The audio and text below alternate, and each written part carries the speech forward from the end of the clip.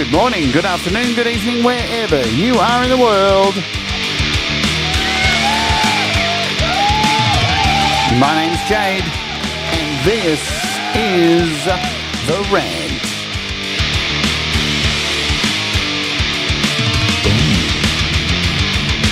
And today we're going to be talking about protecting your music, registering your music, doing things for you and your music that you may not have thought of doing before. So without further ado, let's get it on. Hello, welcome to the show. My name is Jade. There's my tag, and don't wear it out, and I hope you're doing okay. Happy days. It is Monday morning here in Australia, Sunday for the rest of you, start of a brand new week here on this channel where we got lots of things coming up, including lots of app demos this week. I don't have thumbnails yet because, well, things have been really busy, and we have a massive interview at the end of this week with a band called Frankenbok, all the way from here in Melbourne, Australia. They are one of the longest metal bands in existence, still running here in Australia, and they've just released a brand new album, and they're fucking sick. They're really, really cool, so they're going to be on here this Thursday, so that's very exciting stuff. And as I said, lots of app demos to come this week. Let's say hello to you all who've graced me with the pleasure of your attendance. I have an idea. The real Justine Casper, not the fake one, the real one. Mix Club, Dal is in the house. Who else? Thomas Christ is banging the links like there's no tomorrow. It's all out of control. Thanks, Thomas. E. Urban, music is a weapon. Sure is. Chad Freeman says present here and accountable. Queen Savage, hello. And I see Rebel Rocker sharing it out. Thank you, Rebel Rocker, so very much for all you do. Balls to Mix Club. Good to see you, Balls. And let's see, have I missed anyone at the top of the list? Let me go to the top here. I don't think so. Chris Lane Sr., everyone have protection. You better have, baby. You may get some in your eye, Chris. Wasn't G-May an interesting show yesterday? Paws and Guitars, g'day. I'm scrolling through to make sure I don't miss anyone. Wasn't G-May a fascinating show yesterday? A really, really fascinating show. I had to get out of there. I felt incredibly bad at the situation that was going on there. Because, listen, I know I have a very loose mouth and a very, very sick sense of humour, and I'm pretty quick sometimes. And it was really hard to sit there last night and not be an absolute for laughs. So I was very good and put a button on it, but yeah, that's wild stuff. It was a developing situation. Yeah, it was. It had been developing I think it's been developing for a few weeks. Audible Video, g'day, what's going on, Audie? And Sean Chandler, thank you, Sean, to both you and your brother for, I think you know what I'm talking about. Anyway, you guys rock. So, what are we talking about today? Well, listen, as with all these rants, I don't know what I'm talking about. I just get up here and have opinions, yeah, and I like to say things. But for the most part, I say things for a reason. There is always an intent behind these rants, and they may start out as negative, and you may be like, this is horrible, but by the end, there's always a point to get to a good place, and it's going to start out a little bit negative, but we will get to that point of I want to help everybody find ways to get their music to places, to make some kind of money from your music, some kind of protection, so you feel safe releasing your music. That's important, because, well, that's where we're going to start today. So one of the things I've noticed from my years of being in bands and music, and, well, this wasn't a thing before the internet. The internet's really changed this up. Hello, Wolfstone Studio. Good to see you, Ron. So back in the day when you released music, we put out music through, you released it on a vinyl or cassette or CD, and there were things you still had to do if you're going to release an album or vinyl, if you wanted to get something like a barcode on your album so it could be scanned and put in a record store. And there's always been ISRC codes where when you release music through a digital distribution service like DistroKid, you get given for each of your songs. If you go in and have a look at your songs, and I can show you now, let's do it. And we'll start here, DistroKid. Of course, I'm using them because, well, I love you, DistroKid. Of course. So if I come over here to my DistroKid account here, and you can see the music that I have released.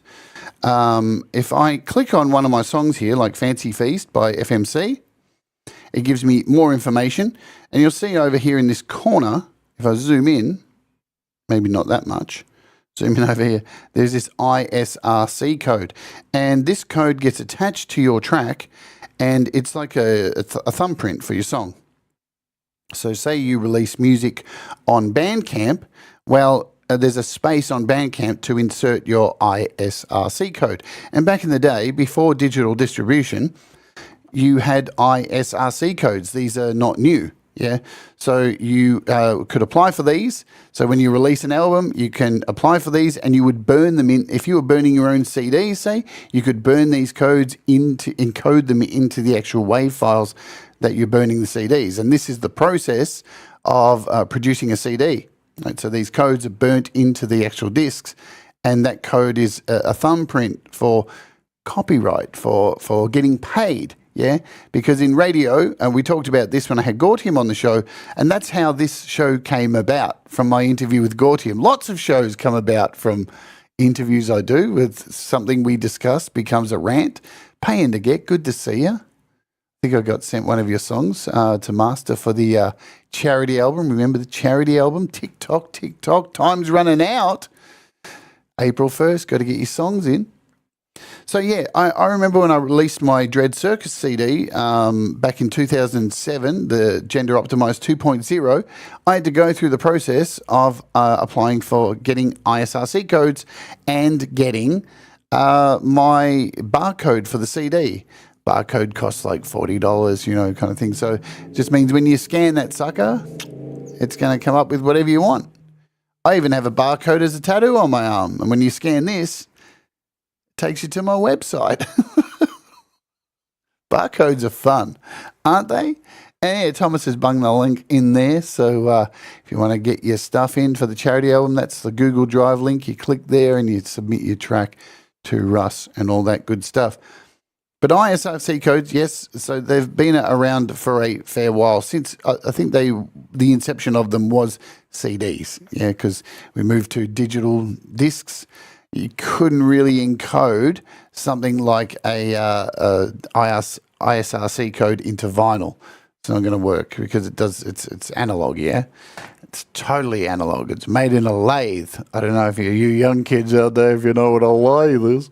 Anyway, so with these days, with things like DistroKid, when you release music and you put it out on here, well, each one of your songs get automatically given an ISRC code.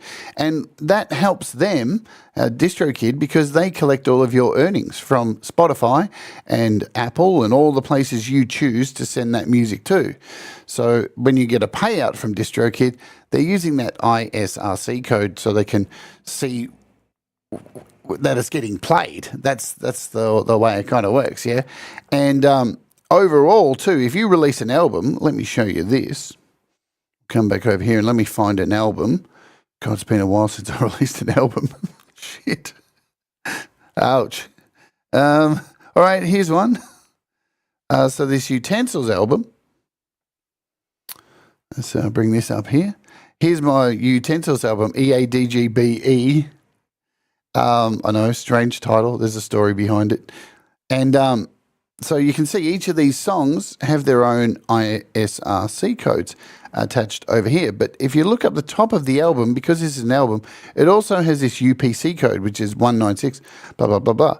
The UPC code basically works out to be the equivalent of a barcode. Yes, that's what a UPC code. For a barcode, when you buy one, Jerry Gomes, what's going on is I hope you're doing good. So these are all little important things to know about your music, and they're boring. Boring is batshit. Nothing's as boring as ISRC codes. Yeah, it's shit boring.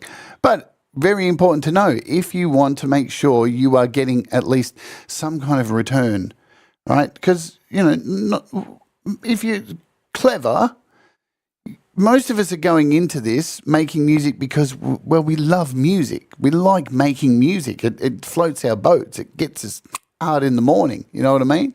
Speaking of hard in the morning, Hugh Caldwell, what's going on? But most of us go into it with the understanding. I mean, we're not kids now, and I can't speak for kids these days, but I know when I was a kid, as a budding young musician, I was one of those kids with a hairbrush and singing and fake guitars, and always, believe that I could be a rock star. I could be.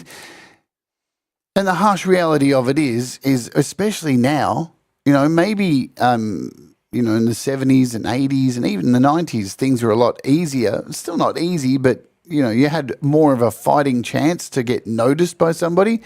We're now 2025. We live in the world where it's like 6 artists who control the entire industry. Taylor Swift at the top of the chain, and everybody else doesn't really get a look in. It's kind of the way that corporations run the world too. There's like 5 or 6 companies that parent company everything, and you kind of shit out of luck.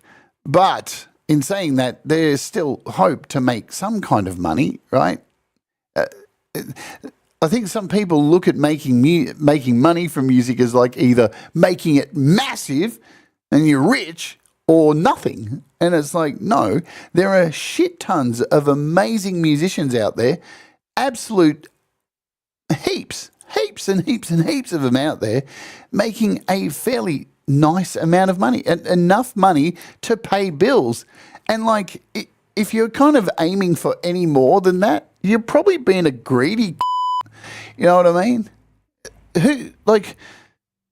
Look at the world, the billionaires in the world at the moment. They have so much money and they don't know what to do with it. That they've all gone in the head. They're all crazy. They want to turn us into robots and put chips in our heads and take over the government. They're nuts. They're sociopaths. Yeah, but there's a crap ton of people who quite sufficiently make their music and get enough back to pay bills, to rent their house, to eat food. And that, to me, for a long time has been the goal. Like, to live, to have enough of a wage. Even if you're scraping through, even if you're just scraping through on music revenue, fuck, man, I would rather be scraping through on music revenue than working a shit 9-to-5 cubicle job and scraping through. That would suck. So, and any kind of money that you make is successful. Remember that, right? Don't look at anything like it's just, I only made like $1.50 from DistroKid this year. You still made $1.50. Like that's not a representative of what your music's worth. So try not to take that to heart. That's representative of how shit Spotify pay you. They think your music's worth shit. Yeah, they think your music's worth utter garbage because they're just lining their pockets. But $1 actually turns out to be like, oh wow, that's actually pretty good. That's a lot of views. That's a lot of listens. Right? You see where I'm coming from. Oh, yeah. Thanks, Herbs. Relax, Herbs, or you'll get overhead cam. Bring my camera back. Thank you, guys. Yes, I got my girlfriend coming over today anyway, so a little bit dressed up. I've got to finish getting dressed up. Hey, it's Pete Johns. Pete, just in time, you need to do this as well. So we'll get to it. You need to, I think people should do this. Pete's been talking about doing this for ages, and this is one of the reasons I'm doing this show, to try and motivate people to just do this. we all sit around too and go, oh, there's never enough time in the day, right? And the thing is, there is enough time to do the things that I'm going to show you today with like this stuff that I'm doing right now. But getting back to value in money, there is no value in money. We all know that. It's just a fictitious piece of currency that we continue to fuel to have value, but it has no real value. And until we as a species wake up and collectively go, hey, you know that money thing? It has no fucking value.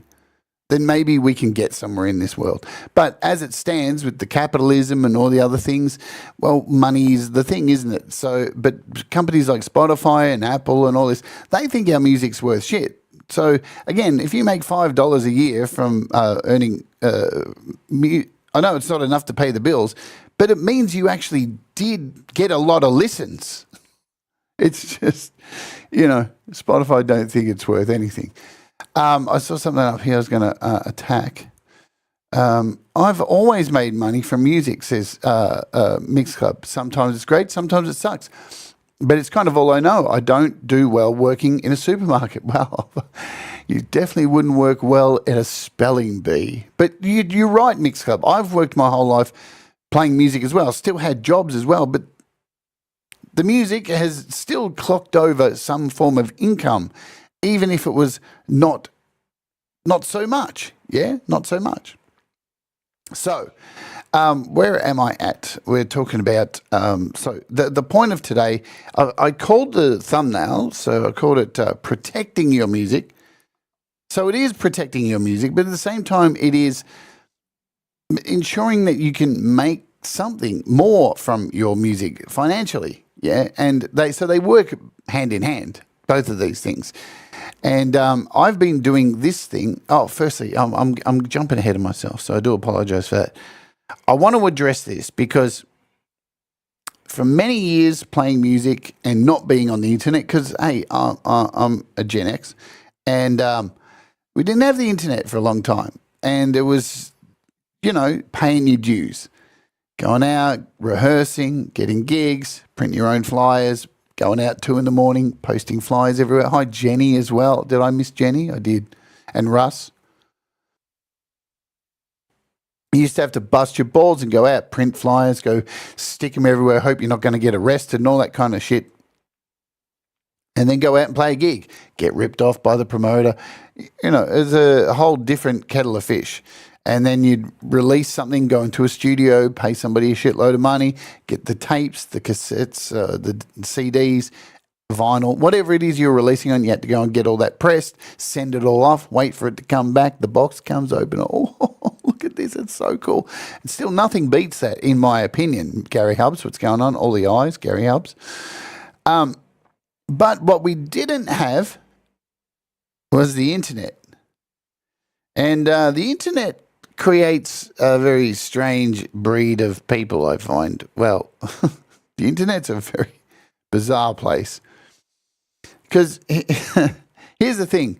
When you get to copyright, before the internet, there was this rumor that went around. Yeah, this rumor that, hey, you don't have to go and... Because back in the day, remember, there's no internet. You couldn't just jump on a website and type in publishing. How do I do publishing?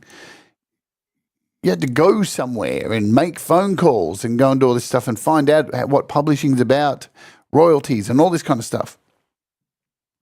So, because of this, there was this rumor going around that, hey, if you want to save money and not publish your stuff, just when you record your music, just put it on a cassette, put it in the post and mail it to yourself and don't open it. And you'll have this package that has a postal stamp on it and your cassette tape in it. And you can go, look, back when I made this, I mailed it to myself and I've never opened it. And it's been through the post. So it's got like an official stamp on it and all this stuff. So when you go to court to try and sue somebody for stealing your music, you pull out this little envelope and go, look what I did. I mailed this to myself. Well, it turns out that's a load of bullshit. And rarely did that work. Because we are people and we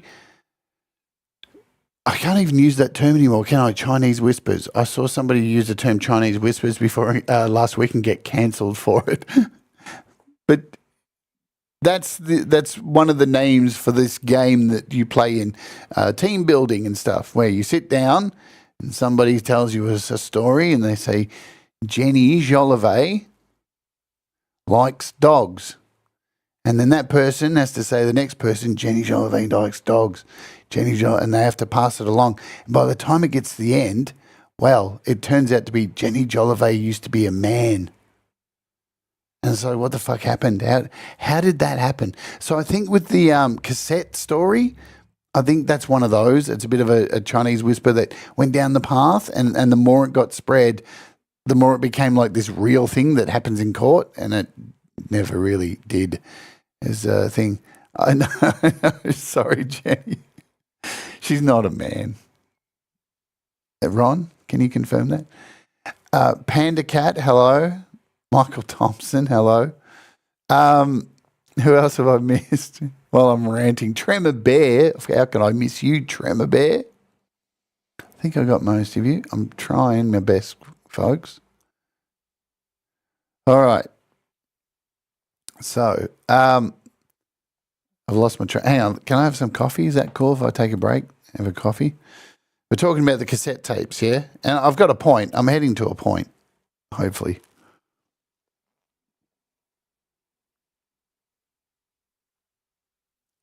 Okay, so that point is that copyright, people tried to get around it by doing that.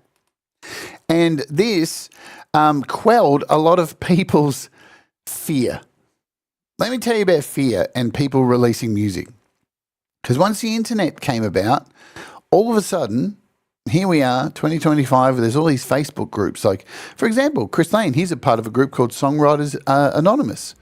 Now, it's a very exclusive club, and there's a reason why that club, Songwriters Anonymous, is very exclusive, and they've kicked nearly everybody out of this community out of it at some stage. If you haven't been kicked out of Songwriters Anonymous, then you're just not a musician in this community. It's like a badge of honor at this point. But no, and they have a group where they want people to actively be involved. And if you're not going to be involved and add comments, then go away. And I like that. It's cool. And I've never tried to join it because I know I already have too many things going on in my life. So if I joined, I would sit there and be a non-active member. And I would have to deal with that talk from Chris and Dom. And they'd sit me down and Chris would be like, well, Jade, you know what? We're going to have to get rid of you. And Dom would be like, yeah, take your kids with you. I'd be like, oh, no, I've pissed him off. Anyway, I'm trying to be funny.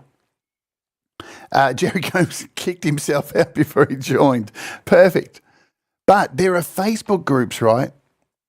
Tell me if you've seen this person. You have to have seen this person. So you're in a Facebook group. It's a songwriting group or it's a place where people share music. And this one person goes, well, I would like to share my music here, but I'm afraid you all might steal it and make it big with my music. What? What? How good are you, cunt? Well, if you're so good, why the fuck are you here? Man, there are some people out there who seriously are like, it's like, come on, relax.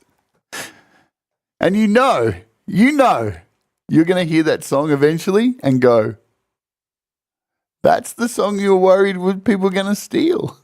That one. Like that one? The one we're listening to now.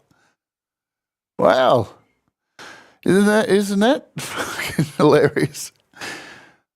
And this is a problem. This is a problem for, there's a lot of people who do this, who write music and feel like, oh, I can't put it out there because people will steal it. And it's like, listen, this is what I say all the time about modern music losing its balls. Yeah. The thing about the 80s and 70s and even the 90s and, rock and roll, Elvis Presley, people took risks with their music, right? And not only in songwriting, because that's the beauty of now. Mr. Smith and Valerie had a fantastic show, which they do, where they talk about songwriting, yeah? And the great thing about it when you watch is Smith's got his little graphs and stuff, and Valerie's just like, I don't know, I just do whatever I like. And there really is no correct way to do it, as long as like the song comes out good, and as long as I think for me, see, I can only ever speak for me. I can't speak for anybody else.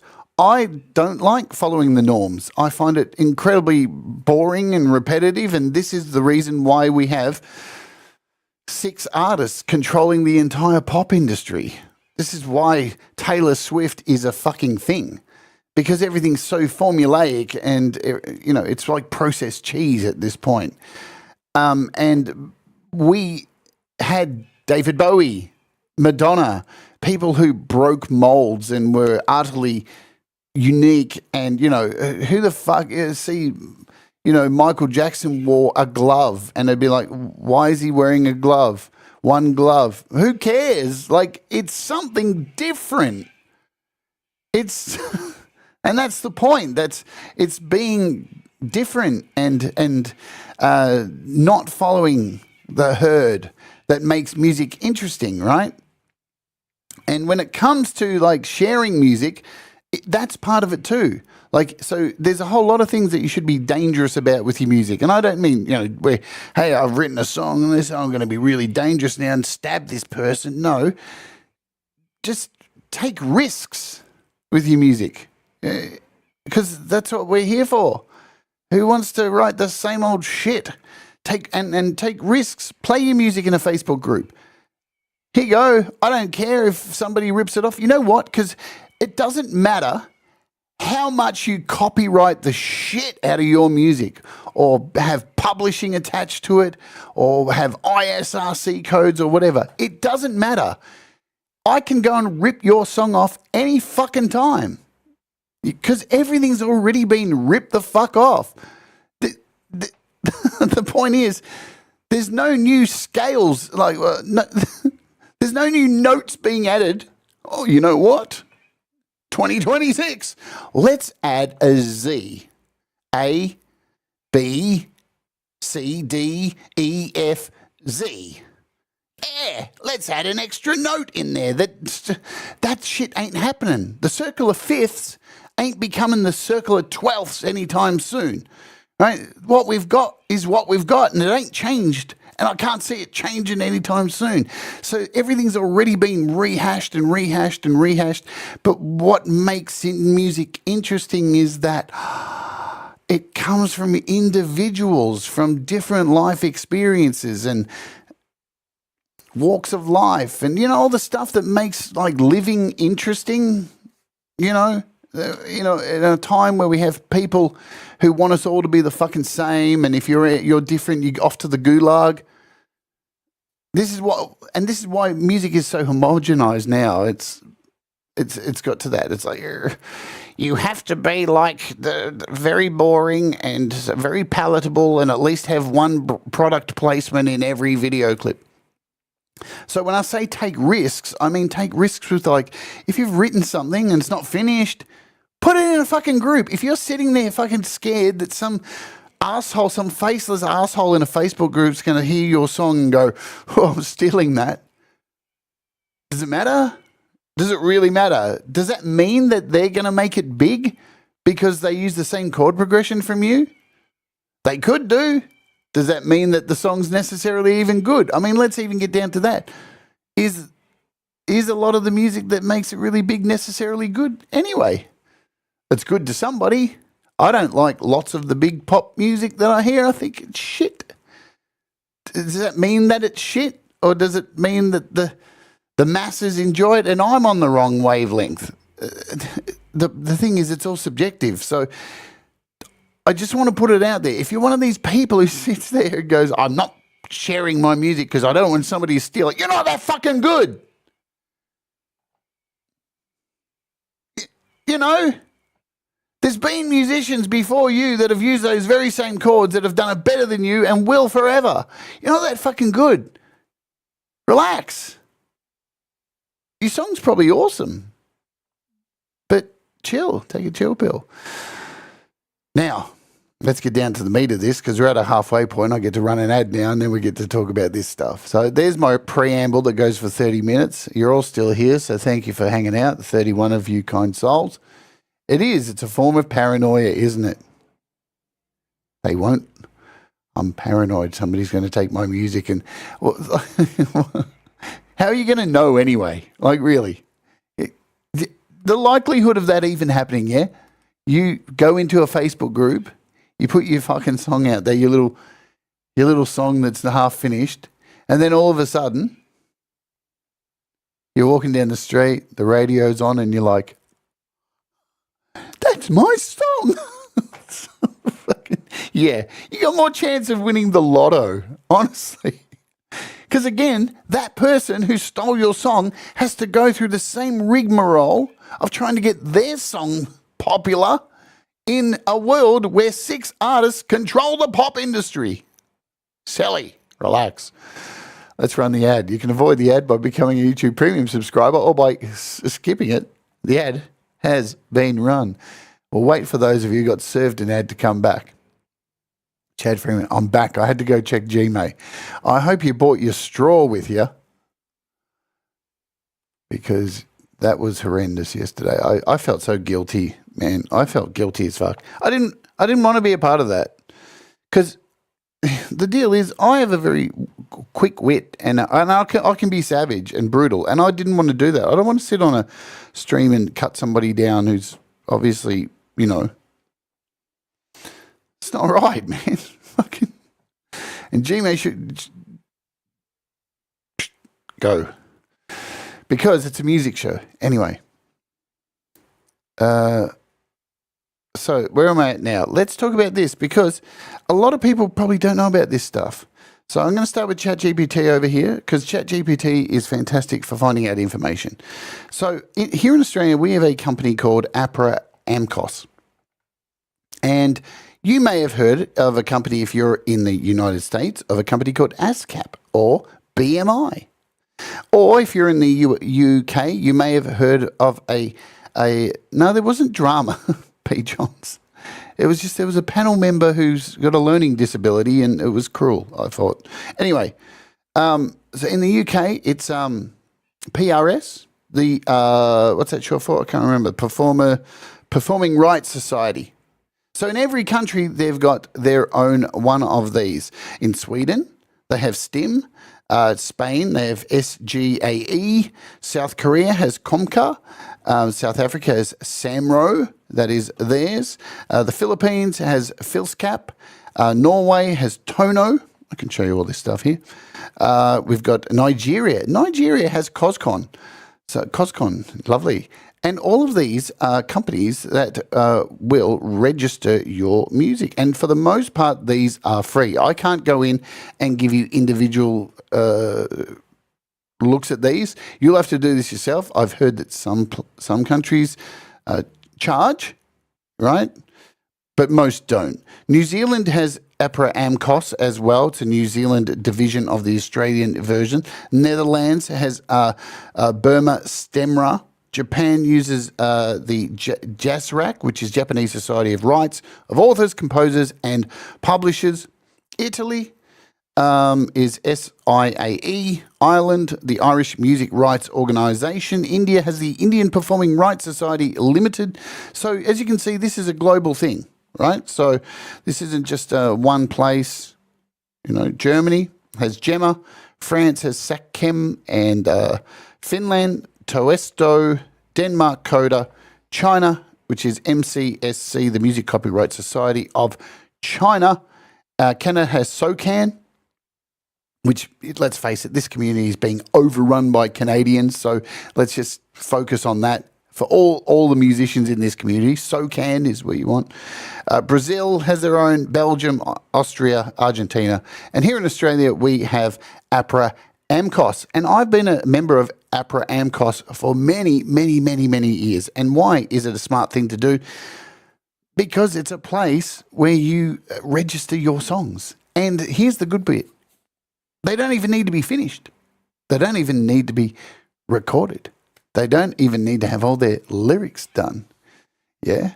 So how good's that? You can just go on there and just write a song title and go, oh, I've got this song. And then go back to it and update it. And I'll show you that soon. So APRA AMCOS is a collective management organisation, a CMO. That's what these are called, responsible for licensing and collecting royalties for music creators in Australia and New Zealand. That is the Australian one. Yes, I did mention BMI. That's where we started. Oh, yeah, so it was Paying to Get who told me. So German, Gemma, is 50 quid, 50 euros a year. So, yeah, some of them have different settings, different prices and stuff like that. So similar organisations exist in other countries to manage performance rights and ensure the artists are compensated for the use of their works. Below is the list, which we just covered. Please note that membership fees and structures vary by organisation and country. There you go. For detailed information on fees, membership requirements and services, you need to go to the official website in your country to find out. Now, let me see. So I'm going to show you mine, but here's the thing. I have to be very, very, very careful of what I show you today because obviously there's sensitive details in my APRA account. Like my home address and Costa's here, so fucking I really have to be careful. Costa the docs is here, and I don't. But why is this important to do this? So there's a multitude of reasons. Registering your work is to have all these songs registered in a place, yes? So there's actual proof that you've got these songs when they were written. Some kind of better than a fucking cassette being put in an envelope and posted to yourself. Okay? Better for doing that. Also, if you are, you can attach, remember we started the show talking about ISRC codes. Once you've released your song, then you can go in and put your ISRC code into this and match it, which helps the preferred company, mine's APRA, to go and match to find these sources that are playing your music, because not only can you make revenue from streaming services with your songs, you can make money from streaming on terrestrial radio, internet radio, actually performing live, and even at an open fucking mic night. If you are willing to sit down and go and do a gig, Valerie, are you watching this? I'm sure, hopefully you do this. You play live. Michael Songs plays live. You go out, you play live, you come home, you set up your submission into here. This is my APRA account. You register the set list that you played and where you played and what date you played. And most venues, they have to submit a running sheet. They have to submit that you played there. Radio stations have to do this as well. So we talked about this with Gortium on the interview. He worked in radio. I've worked in radio to some degree. They have running sheets, and everything that is played has to be written down and submitted to companies like this in your respective country. So, like, it's a little bit of work to go in and fill this in, but it can't hurt you. Right? It's not a bad thing. It's only going to do you good, and you get paid quarterly. They basically go out and they find any revenue, kind of like the tax department. If there's, when you end up with unclaimed tax or stuff like that, that's kind of what they do. And for the most part, these services are free. So if you may have some country that's playing your fucking music on their radio station over and over again, and you're not getting this, even if it turns out to be like $50 a year, it's better $50 in your fucking pocket than nowhere, isn't it? Like, that's the thing. Like, these little things all add up. So yeah, this is my APRA page, and I can register a new work whenever I want. I can check my latest payments and royalties, which come through every quarter. I'm not going to go into either of these because this has got all my personal information. It's got my banking details and shit. So we're not going there. Submissions, played live, submit. You can come in here, terms and conditions, performance. By agreeing to these performance terms, I declare that I warrant my performance to be true and correct. By agreeing to these performance terms, I acknowledge that APRA may conduct its own inquiries to verify the correctness and accuracy of the performance report that I lodge. Blah, blah, blah. I agree. Yes. Live streamed. Are you watching, folks? Do you see it? Live streamed. How many of us are fucking live streaming our music? Oh, wait. Tick, tick, tick, tick, tick, tick, tick, tick, tick, tick. Heaps of us. And this is another way to make money. And if you're not doing it, you're fucking nuts. All right? Metalhead hippie. Thomas Christ plays your fucking song. You've got an ISRC code. You've registered it. This is classed as a live performance, isn't it? Is it not? The Thomas Christ show. It is. You can do it. They will check. This stuff is out there for you. Where was it done? I'm in Australia here, of course. So, perform, streaming event name, performer name, performance date, streaming platform. What do you know? YouTube's down there. Facebook, TikTok. Works performed. You've registered your songs. You should just be able to go by my own title. Freak. What do you know? Freak. There's my song. Oh, look, it's already there because I've registered it. Done. Holy shit. How easy was that? You can have save set lists. You can create save set lists. You may be touring if you go out and play, and you're doing the same set list every night. You make your set list. Enter it after every gig. Bang. This stuff's there, and it's super easy to set up, right? So we'll come back out of here. Of course, I'm not going to go into all of this because I can't show you all my personal information. Register a work. So up at the top here, we've got works. Works overview. Let's click on that. So you can see I have 53 registered works. I need to update this. I've been a bit slack lately. But as you can see, I've already registered all the songs for my new album, which will eventually one day come out. But here are all my songs. Everything's here. Dog is for Life, Adults That Are Needed, Bottled Tears, Buying Into Fear. There's even songs here that I ended up changing the names of and moving stuff. I've got 4 pages of stuff. Exquisite Pain. This hasn't even been released or anything. And I can go into each individual song. So if I've done, what have we got? Into the Sun. I can load this now. I can come into the Sun. It's got the duration. I can update my ISRC code, right? You can update your ISRC code and add, here's my ISWC. So initial registration, splits, authors. So if you've got multiple people, again, this kind of works like the way that DistroKid works with their splits. So if you know you've done a gig with another person, you've done a duet, you put in their APRA number, their composer number, and you split the details with them, yeah? This is all fucking super simple stuff. And really easy, like to create a new work, it's regular work, a jingle, or an arrangement. You not only can you can just do an arrangement, right? Regular work, performer, duration, ISRC code, even tells you what is this, explains what it is. Contributors, so you can add co-writers here. Manual splits, so you can actually set it up so when they go out and seek money for you, because they already, same as DistroKid, right? But totally free. So when they collect your money, if you've done a duet with somebody, you're both sharing half the rights, they're going to split it and send it out. Or you can manually do it. So it's up to you, right? DistroKid does this as well too, but DistroKid doesn't DistroKid doesn't go to radio stations. DistroKid doesn't do live performances. DistroKid will not allow you to register your live performance on YouTube.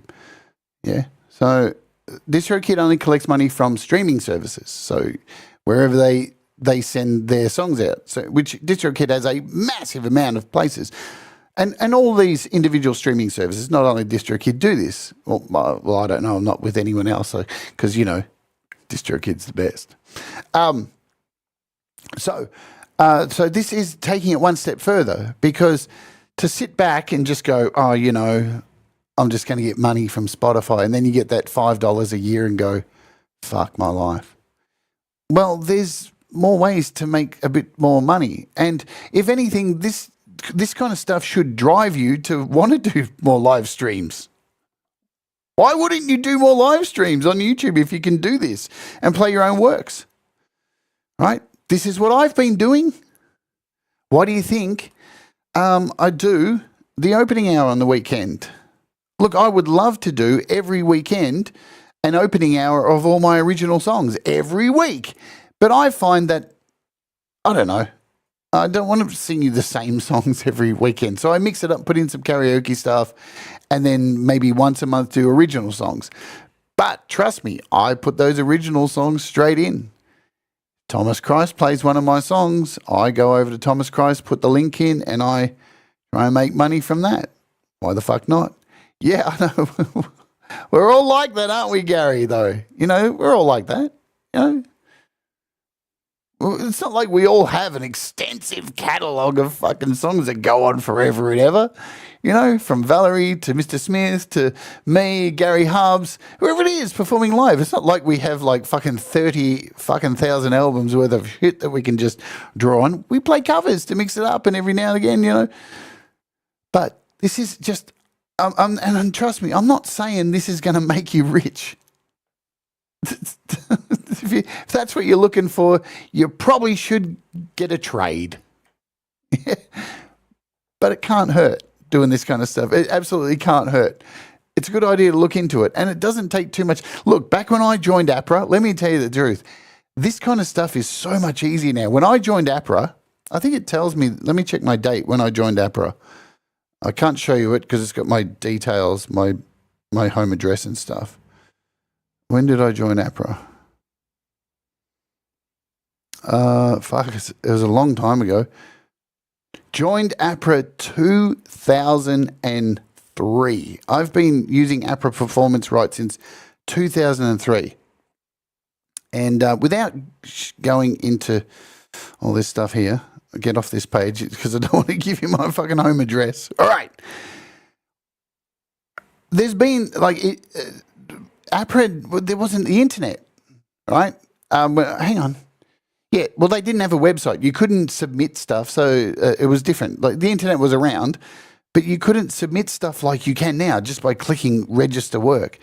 You literally had to email them, and they would send out these paper cards to you. I'm not shitting you. These paper cards like about this big, and you get a stack of them, and you have to fill the cards out and then mail them back to APRA, and they put them in their database. That's how long I've been using APRA for. And as soon as they moved to a website, it was like, oh, fuck, thank God for that. I can just put anything down now and not wait for this arduous thing of sending in these fucking cards. Yeah, it's ridiculous. But I've been addicted to doing this. I have fallen off a little bit because I haven't been making much music. That's the thing. But I have been following up on the live streams and stuff like that because it's worth your time. It absolutely is your time. Now, you can go further than this, and I'm not going to go into all this shit either. You can go get a publishing deal. And, I know Frank Terzo, I know people like Michael Thompson, I'm pretty sure, has publishing stuff where other people handle this kind of stuff. You can get your own publishers and all this kind of stuff. And that's furthering, that's for you to investigate. Maybe we'll do something on that at some point later on. I remember one year from APRA, we gigged a lot. Dread Circus, we played, I've got FMC stuff in here as well too. So, claiming on FMC, claiming on songs like Sadistic Seagull Fucker, it's good fun. But I remember one year, Dread Circus, we toured, we fucking did so many gigs. And that year, from radio play, from gigs, submitting set lists, radio airplay, all this kind of stuff, we made like nearly $10,000 in APRA money. And it just was deposited into the Fucking, it was wicked. It's another little thing that if you work and it's worth your time. Look, that's all I'm trying to say today. I'm not trying to force anybody into anything, but it is absolutely worth your time. Oops, I don't want to show you this because that's my bank details. I'm seeing what else I can find to show you. Let's come over. Oh, get off that page. Fucking hell. All right, so there is the other thing too, let me show you, is most countries will have this, just let me log in. All good. Are we logged in? There we go. Oh, shit. Man, two-factor. All right, here we go. So there's normally an app as well. So this is the APRA AMCOS app. It's only an iPhone app, as you can see. So it doesn't really work good on my iPad. But you can register your works from your phone. I'm sure, look, I'm not sure, but I would expect BMI and all these places have this kind of would have an app as well. It would surprise me that they don't have an app. Submit your performances, manage your list, frequent questions. You've got a little member card as well here. Let me just make sure if I click this, nothing bad happens. So yeah, you can even add it to your Apple Wallet. Look at that. Your little member card, your little APRA member card. But remember, this stuff is like also in the US, Thomas. Also in the US. So you've virtually got the same. It's just a different name. Yeah, they're all part of the same conglomerate of this, and this like overall organization has been running for about 100 years. There's a long history of this stuff. Yeah, I think I did a little bit of. We got Pete Johns coming up in 6 minutes. Also, so over here, you've got facts and tutorials and frequently asked questions. So performance rights can be submitted. So you can find all this stuff. Anytime we encourage you to submit as soon as after a performance. And you know what? What's cool about this too? You can actually get venues in trouble for not paying you right. Because let's face it, there's a lot of venues out there still to this very day who don't submit their, and I'm using APRA, of course, who don't do the right thing and submit when they had a band because there's paying cash in hand, right? And you're going home and getting, thanks for that cash in hand, I'm going to go and submit my set list. And then APRA reach out to that venue and go, well, you had this band on. And then they get investigated because a lot of those companies, those venues too. See, here's the thing. Even those venues, right, this is legit. Even when you go to a gig, right, at a venue and they're playing music on a CD player before the fucking gig starts, they really, by law, should be submitting that as well, that they're playing that in a public space. That's really how it should work, but it doesn't, right? It doesn't. But, yeah, because every public performance of music is copyrighted material, right? It's not just, we sit here and we focus on YouTube so much. When I was doing PA announcing at the hockey, they didn't have an APRA license. I made them get one. Yeah, because you can get an entire business shut the fuck down if they don't have this stuff. It's part of the little licensing agreements and all this stuff. Like, this is why so many venues fold, yeah? They're not only do they have to have liquor licenses, food licenses, all this kind of stuff, insurance, they have to have fucking a license with APRA to license out people's fucking music. It is what it is. This is the underground of stuff that you don't get told in the music industry. It just is what it is. So that's what this rant's about today. And hopefully you've got some valuable information about this and it gets you thinking that, hey, maybe not everything's about like this Bandcamp and this. Remember, with Bandcamp, you're attaching your ISRC codes to that too. So every time someone doesn't buy your Bandcamp stuff, now I maybe I'm wrong here, but I'm about 60% on this one. Because your ISRC code is locked into your Bandcamp, because you've added that to each song, if somebody doesn't buy your song on Bandcamp, they're still playing it. That's a play, right? So I would expect, and again, not 100% positive, but these companies would have to have some kind of agreement with Bandcamp as well, because these are public performances of your music, right? Hey, I'm not going to call her son shit, you idiot mix club. You absolute...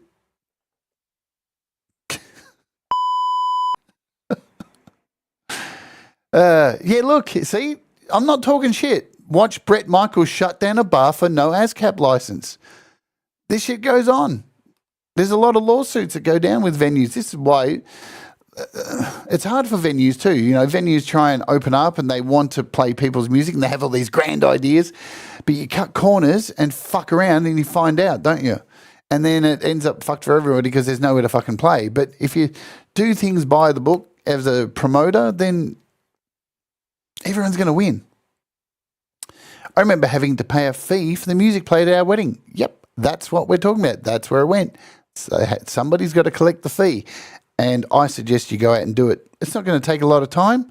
Unless you're Pole Vault or Thomas Christ, who've got like 1 billion albums, then you might take up like fucking a few days to get it all up there. Anyway, I hope this information has been valuable to you all. Yeah, and you walk away and maybe jump on and investigate a little bit more and maybe make a little bit more back for what you're doing, because, you know, this stuff is out there. And, you know, the other thing quickly we'll finish on, these companies like this, not only do they do royalty stuff, right? If I just jump over here to music rights, where are we?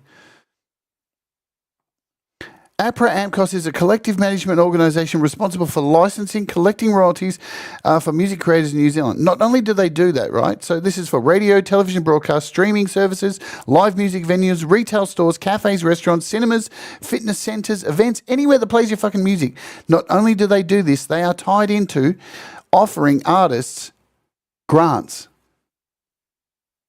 And if you've would you guys like me to do a rant on grants as well?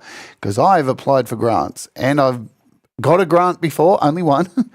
Been dumped from a lot of, didn't get grants, but grants are something to look into, my friends. If you'd like me to do something on grants, as we call them here in Australia, grants, or grants, a government grant or a BMI grant or a APRA grant, there's a lot of them out there. I can talk about grants for you if you would like.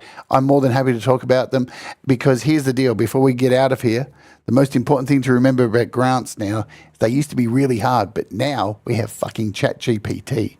And you can create an amazing grant application in fucking minutes. Food for thought. Off we go to Pete Johns. He's playing your music live. Do the things that make you happy. Mistakes make you better, and we will all rise together. Stay awake, and you know what I'm going to say? Let's fucking oge.